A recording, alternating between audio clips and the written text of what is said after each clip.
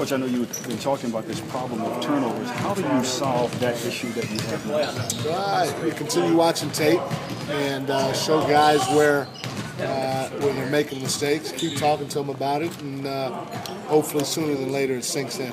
But isn't this something that a veteran team shouldn't have? Yes, but their guys are also in new spots, and we're asking guys to change their roles from last year.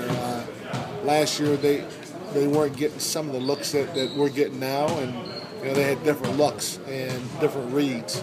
And so now our guys, especially our guards, they have to go from what they used to look at as reads or what's open or what may have been open to now something completely new to them. And so it takes a little bit of time, I think, to get that down. And then in terms of Drew, the last couple of games he's been getting double teamed, and he just has to get used to being double teamed and kicking out of the double team to help his teammates be better and help himself be better and not turn the ball over being in a rush or forcing a bad pass.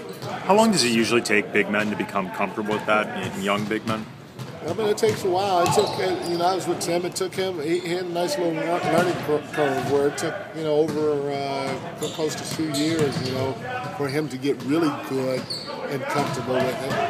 Obviously, the more you get double teamed, that's the sooner and quicker you're going to learn. And the tough part about it is we cannot manufacture anything live in practice right now because we just don't have the practice time for it. So the only time he's getting practice is when he sees it in the game. And that's not necessarily enough all the time. How did Curtis look today? I'm sorry? How did Kobe look today? He looked good. Back with the ball? Yeah. Yep.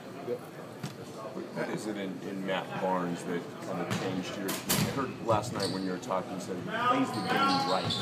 What have you seen there? Well, at first, I thought that he was making too many mistakes for us, to be out there as a full-time starter, and but the mistakes he was making, they were easily correctable, in my opinion, and I think he's, I just need him to be solid, and he has been solid because, when I look at Matt, I look at his body type, I look at his energy, I look at his athleticism, his toughness, and all that, and he's a prototypical defender. He can be a high-level defender in this league, but the interesting part about it is, although he can be a high-level defender, he has skill sets offensively.